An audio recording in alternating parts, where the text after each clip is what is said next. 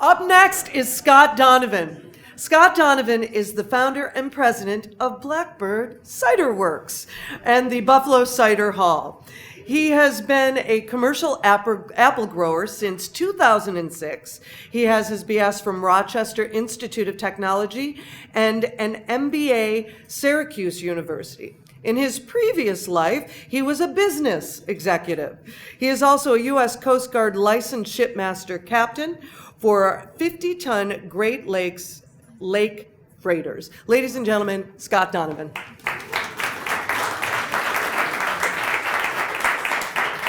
Thank you.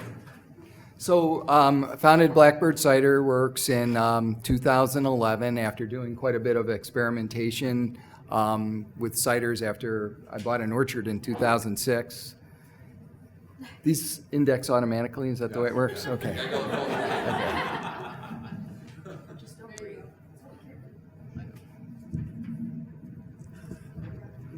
So this is a picture of our orchard and production facility out in Niagara County. It actually overlooks Lake Ontario. You can see the Great Lakes freighters coasting by.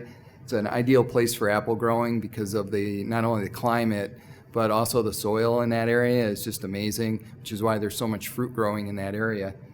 As I said, we were founded in 2006. We were licensed as a hard cidery in 2011. Our niche is we grow high quality apples and we focus on producing barrel aged and heritage style ciders. We have about 40 acres and 30 different varieties of apples. And we do about anywhere from 250,000 to, I'd say that lower number is a little low. The highest has probably been about 750,000. Some pictures of the orchard overlooking the lake. Those are a Macintosh, I believe.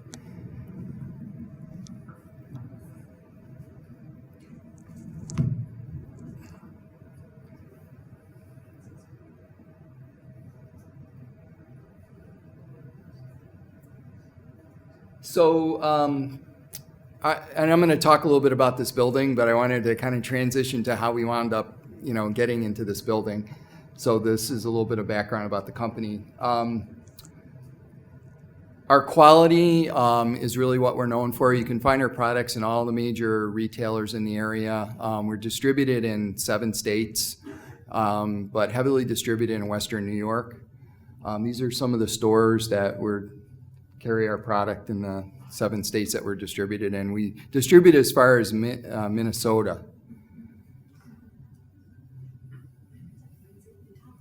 This is a beautiful picture a customer took, and I just have a joke up here that we haven't found a pot of gold yet, but we have a lot of happy customers that enjoy drinking our cider. But it was a beautiful day in the summer, and there was a rainbow over our company. Our product is really all about our people. We have an amazing production staff led by Phil Gelati, who he just left a little while ago, but his wife Natalie is here, and he's done an amazing job. We have also some other cider assistants that are doing a great job helping us produce really high quality products, which are not easy to make on a consistent basis. But we've been making products now for close to a decade, so commercially, and so that's we really feel like that's the whole key is the quality. You can see Tasting Room Teddy on the right down here. So now we're going to talk a little bit about the building. I'm not an architect, but this is my understanding of the history of the building. So this building was, we got into this because we wanted to have another urban or an urban outlet. We actually looked in Rochester, and then I saw Rocco was developing this, and we met with him and toured the building. It was in shambles at the time, but the history of this building is that it was founded in 1907 by the Linde Air Company. Due to World War I, they actually had to sell the company because Linde was German-owned to Union Carbide, but they were making liquefied oxygen that was used for high-temperature welding applications. So that was how this business grew so quickly. Then it became an R&D center, and then Praxair eventually closed this building down in the 70s, and everything was over in their facilities over in North Tonawanda. And then this became an empty, abandoned building, and a lot of bad things happened to it over the years, including a fire. Today it's listed on the National Historic Register, and it's fully occupied. All of the square footage, there's a software company to the left of me, substrate manufacturing to the right, and some other businesses in the back. And then there's a lot of great things happening on Chandler Street, including 166, which used to be the Barker Lounger building. That was opened in 1896 by Joseph Barcola. And so now that's got businesses operating in it too. And there's just a lot of great things planned for this street. In addition to Thin Man, there's plans for another brewery at a building just down the street towards Military.